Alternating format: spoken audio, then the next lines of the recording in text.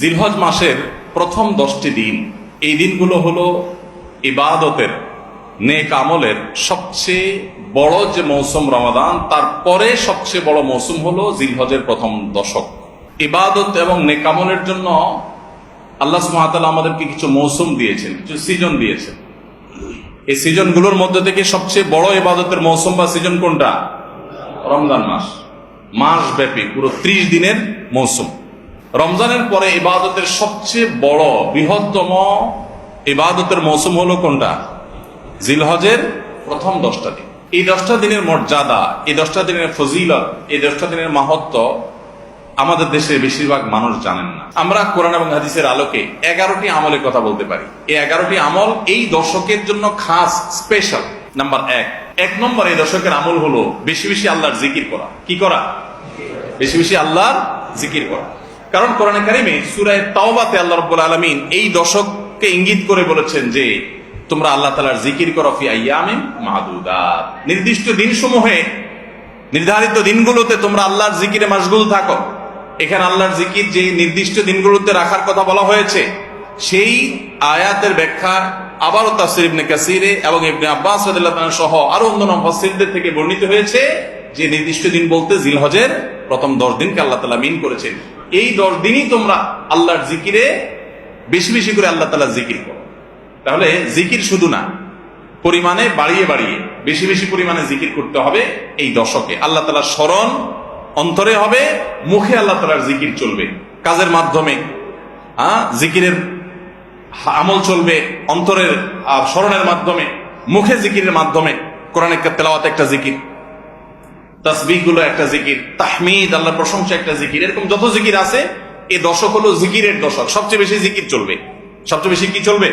জিকির চলবে। দ্বিতীয়ত যে আমলটি চলবে তা হলো যে কোনো নেক আমল, যে কোনো নেক আমল। কারণ একটু আগে আমরা হাদিস শুনলাম যে নবী করিম সাল্লাল্লাহু আলাইহি ওয়াসাল্লাম বলেছেন, মা মিন আইয়ামিন আল আমালুস সালিহু ফিহিন্না আহাব্বু ইলাল্লাহ মিন হাযিহিল আইয়াম। এই জিলহজের 10 দিনের চাইতে অন্য কোন দিনের নেক আমল আল্লাহর কাছে বেশি প্রিয় না। মাস হিসাবে রমাদান সবচেয়ে সেরা, আর দিন হিসাবে খুচরা দিনগুলোর মধ্যে রমজানের বাইরে সবচেয়ে সেরা কোনটা? জিলহজের প্রথম দশক। রমজানের পরে মর্যাদার বিচারে সবচেয়ে বেশি মর্যাদাপূর্ণ দশক হলো এই দশক। এই জন্য এই দশকে আমল করলে আল্লাহর কাছে এত প্রিয় যে অন্য কোন সময়ের আমল আল্লাহর কাছে এত প্রিয় না। এই জন্য এই দশকের দ্বিতীয় আমল হলো বেশি বেশি নেক আমল করা। বেশি বেশি কি করা?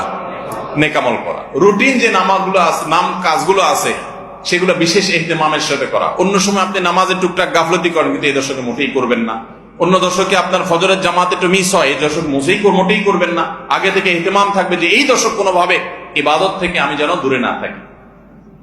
আল্লাহ তাআলা আমাদের সবাইকে আমলের তৌফিক দান করুন। তাহলে 2 নম্বর আমল হলো বেশি বেশি নেক আমল করা এই দশকে।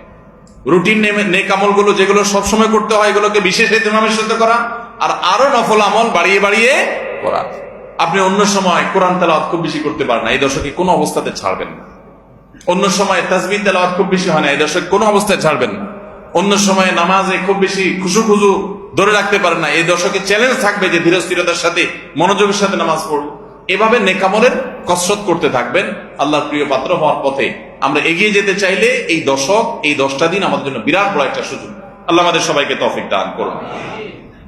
3 নম্বর, এই দশকের করণীয় হলো সকল গুনাহ থেকে অন্য সময়ের চাইতে এই সময়টাতে বেঁচে থাকার জন্য বেশি সচেষ্ট থাকা। গুনাহ তো 12 মাসই আমরা করব না, কিন্তু এই দশক গুনাহ না করার ব্যাপারে চেষ্টাটা একটু বেশি থাকবে। কারণ আপনারা সূরা তাওবার একটা আয়াত শুনেছেন, আল্লাহ রাব্বুল আলামিন সম্মানিত 4 মাসের আলোচনা করে বলেছেন, যালিকাদ দীনুল কাইয়্যিম ফালা তাজলিমু ফিহিন্না আনফুসাকুম। এই সম্মানিত মাসগুলোতে তোমরা নিজের প্রতি নিজে অবিচার করিও না। ভাইরা আমার, তার মানে যেই সময়টাতে আল্লাহর নৈকট্য লাভের সুযোগ, ওই সময়টাতে যদি কেউ পাপাচারে লিপ্ত হয়, এর চেয়ে পাপিষ্ঠ আর কে আছে?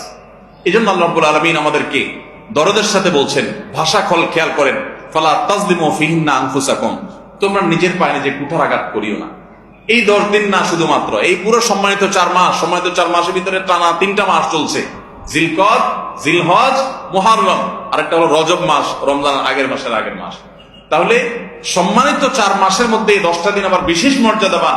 অতএব এই আয়াতটা এখানে আরো বেশি ফিট হবে, অর্থাৎ পাপাচার থেকে বাঁচার জন্য আলাদা কসরত থাকবে। অন্য সময় আমি গুনাহের কাজ করলেও এই দশকে কোন অবস্থাতে আল্লাহর নাফরমানি করব না। আল্লাহ আমাদের সবাইকে বেঁচে থাকার তৌফিক দান করুন। ভাই আমার, তাহলে 3 নম্বর আমল আমরা পেয়ে গেলাম। 4 নম্বর আমল হলো যাদেরকে আল্লাহ তাআলা সামর্থ্য দিয়েছেন তারা হজ করবেন। এই দশক হজের আমলের মাস, আমলের দশক, এই দশকেই তো হজ হবে। অতএব যাদের তৌফিক দিয়েছেন আল্লাহ তাআলা তারা কি করবেন? হজ করবেন। এটা এই দশকের আমল। এটা হলো 4 নম্বর আমল। 5 নম্বর আমল হলো যাদেরকে আল্লাহ সামর্থ্য দিয়েছেন তারা এই দশকে কোরবানি করবেন।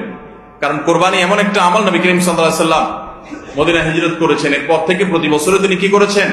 কোরবানি করেছেন। আল্লাহ নির্দেশ করেছেন ফাসাল্লি লিরাব্বিকা ওয়ানহার, তুমি তোমার রবের নির্দেশ পালনার্থে নামাজ আদায় করো এবং কোরবানি করো। তো এই জন্য ঈদুল আজহা অর্থাৎ এই জিলহজের প্রথম দশকের শেষ দিন অর্থাৎ 10ম দিনে কোরবানির আমলটা করা, এটা যাদের সামর্থ্য আছে তাদের জন্য প্রযোজ্য। এই দশকের একটা আমল হলো কি করা? কোরবানি করা। কয়টা আমল গেল? 5টা। 6 নম্বর হলো যাদের কোরবানি করার ইচ্ছা আছে তারা জিলহজের চাঁদ ওঠার আগে আগে জিলকদ মাসের শেষ দিনের মধ্যে তাদের হাতের নখ, চুল, গোফ, অবাঞ্ছিত লোম এগুলো সব কেটে পরিষ্কার করে ফেলবেন এবং এই দশক আর সেগুলোতে হাত দিবেন না।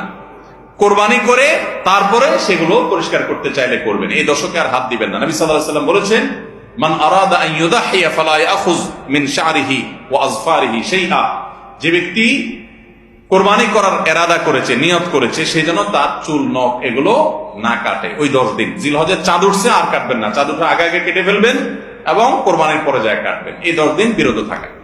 তবে অন্য আরো বিভিন্ন রেওয়ায়াত থেকে, বর্ণনা থেকে বোঝা যায় যে এই আমলটা শুধু যিনি কোরবানি করবেন তিনি নন, যিনি কোরবানি করবেন না, কোরবানি করার সামর্থ্য নাই, তিনি এই আমল করতে পারেন, তাহলে আল্লাহ তাআলা তাকে কোরবানি করার সওয়াব দান করবেন।